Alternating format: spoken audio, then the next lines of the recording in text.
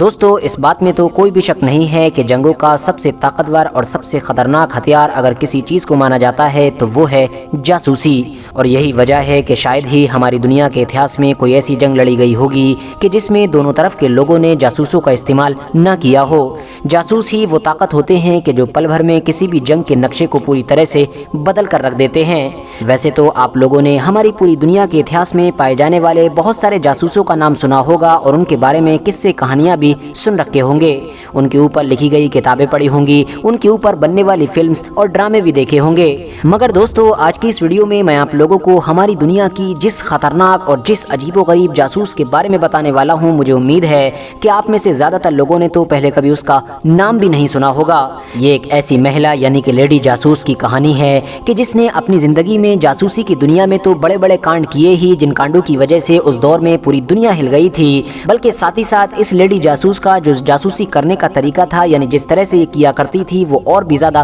حیران کر دینے والا تھا۔ آپ کو بتا دوں کہ یہ وہی جاسوس ہے کہ جس کو نیوڈ ڈانسنگ یعنی کہ برہنہ رقص کو پاپولر کرنے کا ذمہ دار بھی مانا جاتا ہے۔ ہندی میں کہیں تو وہ ڈانس کہ جس کو نگن اوستھا میں کیا جاتا ہے۔ ہوش اڑا دینے والی بات تو یہ ہے کہ اس لیڈی جاسوس کا جو جاسوسی کرنے کا طریقہ تھا وہ بھی دراصل اسی ڈانس سے جڑا ہوا تھا، یعنی اسی ڈانس کی مدد سے ہی وہ جاسوسی بھی کر ڈالتی تھی۔ فی الحال دوستو یہاں پر بات ہو رہی ہے ہماری دنیا کی ایک مشہور اور سب سے خوبصورت اور خطرناک جاسوس ماتا ہری کے بارے میں، وہی ماتا ہری کہ جس کا اصلی نام مارگریٹا ہوا کرتا تھا۔ مارگریٹا کا جنم سن 1876 عیسوی میں نیدرلینڈ کے ایک امیر بزنس مین کے گھر پر ہوا تھا۔ اس کے بچپن میں اس کے پاس وہ ساری چیزیں موجود تھیں، یعنی وہ ساری فیسلٹیز تھیں جو کسی بھی بچے کا خواب ہوتی ہیں، مگر پھر 13 سال کی عمر میں اچانک سے ایک دن جو اس کا امیر بزنس مین باپ تھا وہ دیوالیہ ہو گیا۔ نتیجہ یہ ہوا کہ غریبی کی وجہ سے نہ وہ صرف اب خود پریشان رہنے لگا، بلکہ اس کی جو ایک انڈونیشین بیوی تھی جو مارگریٹا کی ماں تھی، وہ بھی اس کو چھوڑ کر چلی گئی۔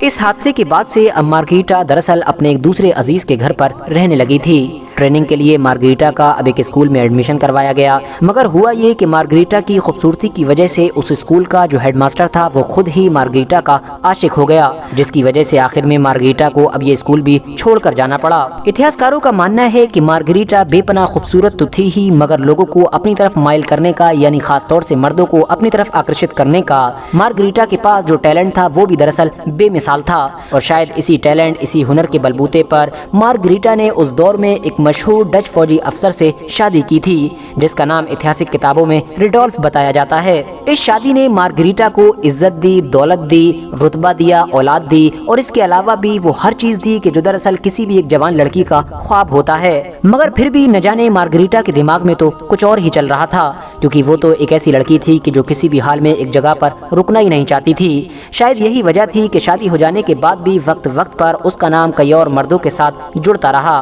بالآخر 1902 میں اس فوجی افسر کے ساتھ اس کی یہ شادی طلاق کے ساتھ ختم ہو گئی۔ اپنے شوہر سے الگ ہونے کے بعد مارگریٹا نے اب یہ فیصلہ کیا کہ وہ اپنے ہی دم پر نہ صرف بے شمار مال و دولت کمائے گی بلکہ اپنے آپ کو مشہور بھی کرے گی اور ایک آزاد زندگی گزارے گی، اور اپنے اسی مقصد کو پورا کرنے کے لیے اس نے ایشین ڈانس اور خاص طور سے اس دور کا جو ہندوستانی ڈانس ہوا کرتا تھا اس کو سیکھنا شروع کیا، اور اس کو اتنی گہرائی کے ساتھ سیکھا، یعنی اس میں اتنی زیادہ مہارت حاصل کر لی کہ پھر جو بھی اس کو کوئی یہ ڈانس کرتا ہوا دیکھتا تھا وہ اسی میں ہی گم ہو جاتا تھا، اسی کو ہی دیکھتا رہتا تھا اور دیکھتے دیکھتے مدہوش ہو جاتا تھا۔ ماتا ہری یعنی کہ مارگریٹا کے بارے میں یہ بھی مانا جاتا ہے کہ اگر وہ آنے والی زندگی میں ایک خطرناک اور مشہور جاسوس نہ بھی بنتی تب بھی اس کو اتہاسک کتابوں میں ضرور یاد رکھا جاتا، اور یاد رکھنے کی وجہ بنتا اس کا وہ ڈانسنگ ہنر کہ جس نے اس دور میں یورپ کے ساتھ ساتھ لگ بھگ پوری ہی دنیا میں تہلکہ مچا رکھا تھا، کیونکہ دوستو مارگریٹا یعنی کہ ماتا ہری کو اسٹرپ ڈانسنگ کا بھی فاؤنڈر مانا جاتا ہے۔ اسٹرپ ڈانسنگ اس ڈانس کو کہا جاتا ہے کہ جس میں ایک ایک کر کے ڈانس کے دوران ہی اپنے کپڑے